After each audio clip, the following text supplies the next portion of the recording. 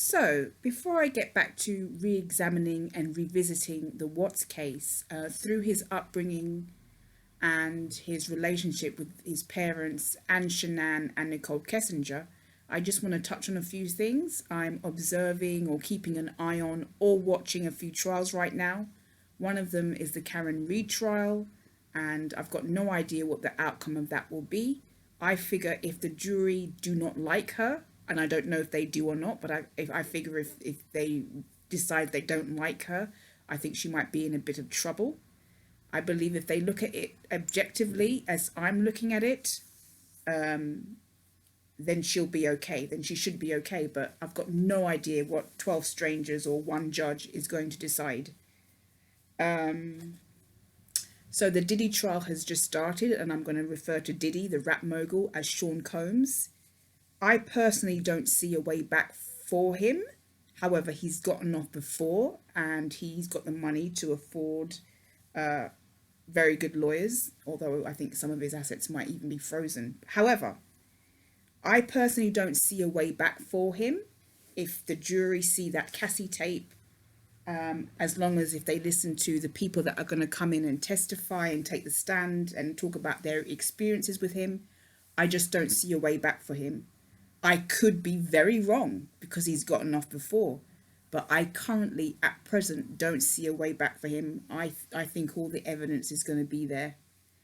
There's also a trial I'm keeping an eye on in Australia. It's the Erin Patterson trial. It's the mushroom trial, where she hosted a lunch at her home outside of Melbourne, and the lunch went very, very wrong. I believe she did it, and I believe she lured those lunch guests, but I have no clue what the outcome of that trial will be either. Have I covered everything? I think I've pretty much covered everything. So yes, I want to revisit the Watts case, which I do periodically.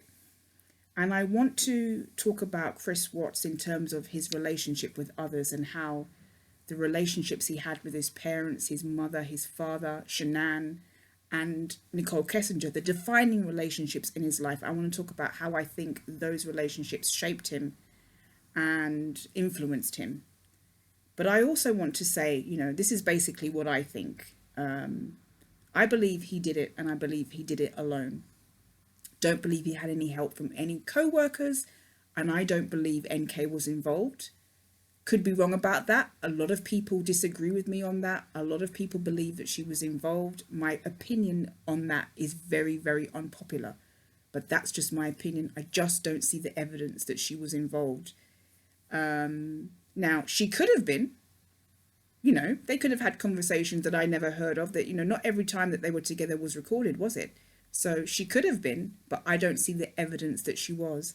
However, I believe if Chris Watts hadn't met Nicole Kessinger, I don't believe any of this would ever have happened. I believe Nicole Kessinger is the catalyst and the reason why this happened. And I believe that one of the other reasons is because Shanann was pregnant. And in his twisted mind, I don't believe he was happy about that pregnancy. I don't believe he wanted to have anything to do with that pregnancy. And I think in his twisted mind, he had to keep that pregnancy away from NK because he didn't want to lose her. And even though we have social media, he probably thought that he could string Nicole Kessinger along and tell her fictional stories and that she would believe it. Because I believe that Chris Watts has narcissistic traits, not the grandiose type of narcissism, but the covert type of narcissism where he actually thinks he can convince people of things and he doesn't realize that, people already can see through him, or at least certain people can see through him. Not everyone, but certain people can see through him.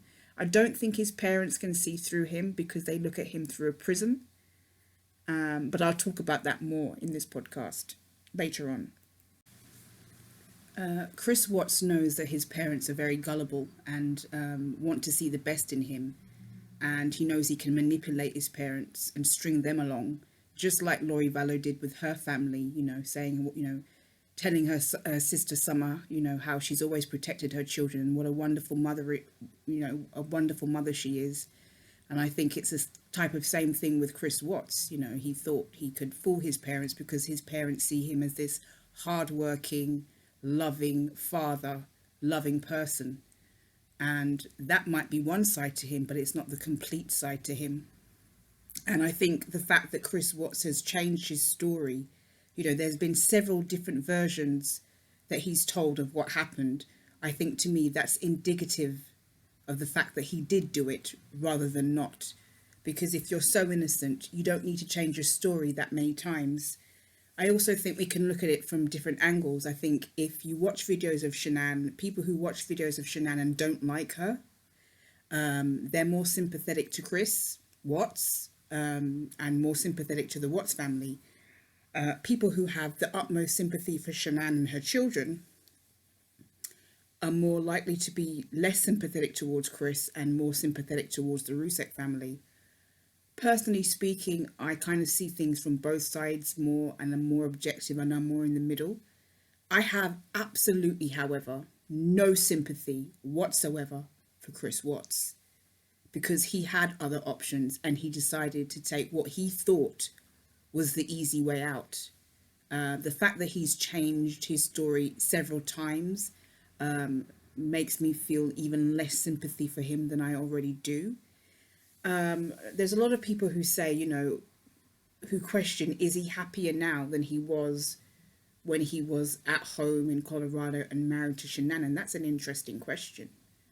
I personally don't think he wants to be there. I think he wanted to be, I think the ideal scenario for him would that Shanann and the kids would never have been found, just like that would have been the ideal scenario for Scott Peterson as well. And he would just ride off into the sunset with Nicole Kessinger. I can go back to Cindy Watts and her first solo interview. I often, well, put it this way, I periodically go back to that interview and look under the comments below the video. It's got over 2 million views now. It's very hard to find a pleasant comment towards Cindy Watts or a sympathetic comment towards her. It's just negative comment after negative comment after negative comment after negative comment.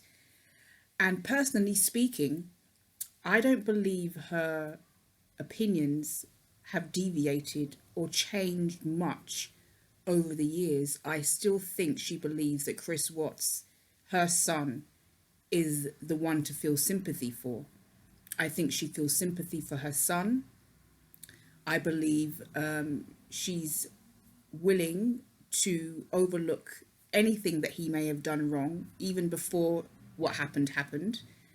And I think it's Shanann that she looks to as the negative person. She looks at Shanann in a very, very negative light. And I think she still blames Shanann and holds her responsible. She doesn't hold her son responsible.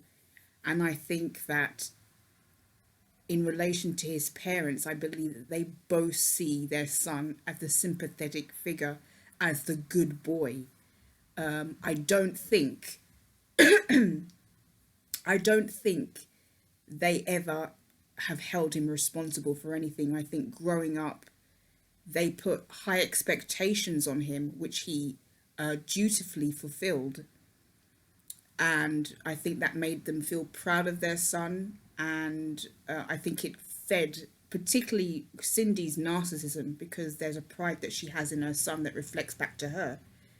And she talks about, you know, in the first interview, how he was good at school and good in sports. But there's more to a person than being good at something or achieving something. She talked very little about his actual personality in terms of how he relates to other people and how he treats other people. It was all about how he was successful, how he was a good boy, how he did what he was told. And I think when you're raised in an environment where you're always a good little boy and you're always dutiful, I think he went into the marriage like that as well, until he met Nicole Kessinger and he wanted something different. And for the first time, after falling for Nicole Kessinger, he did something for himself. He wanted to do something for himself than spending his whole life doing things for other people, which he probably didn't see got him anywhere. You know, he really wanted Nicole Kessinger and took the selfish choice to do what he did. And I think with his mother and his parents still being around, for as long as they're around, I think he's always going to try and manipulate them and try and change the story to make himself look like the sympathetic figure, because he knows that's what they want and he doesn't want to disappoint them. I think there's still this aspect of his character that doesn't want to disappoint people. And I think that's one of the reasons, another reason why he took the route that he did. You know, he didn't want to go through a separation and divorce and have to pay child support and have to be a failure, because he really didn't have any money at the end of the marriage. So I think that's another reason why he took the decision that he did. I think to this day, Cindy Watts believes that it's all Shanann's fault. That's what I think. I think that Chris Watts will always be her poor little boy. Poor little Chrissy boy. Oh, he's so sweet. I believe that she still blames Shanann. Over the years, the Watts family gravitated towards people that said that they were going to help Chris Watts, to get a 35C relief, or gravitated towards people who blamed others for what happened rather than their son. Critical K was one of them, and Critical K ended up releasing some of the correspondences and the texts between her and Cindy Watts, which I think really showed how she really felt about Shanann. Miss Mensah was one. I think Cindy Watts was on Miss Mensah's channel a few times where she actually did an interview, and it was once again all Shanann's fault for Cindy Watts. There was Kim Kaufman and a whole host of other people that they gravitated towards to put their story out that, their poor son was really the sympathetic figure in all of this, and Shanann, to put the son out, to put the idea out that, it was all Shanann's fault, or for what happened. Of course, I don't believe any of that. I believe everything is Chris's fault. And make no mistake about it, I don't think Shanann was a perfect person. No one's perfect. I think Shanann had a lot of flaws, and I think her head was in the clouds when it comes to certain things. But Shanann didn't deserve what happened to her, and certainly the kids didn't.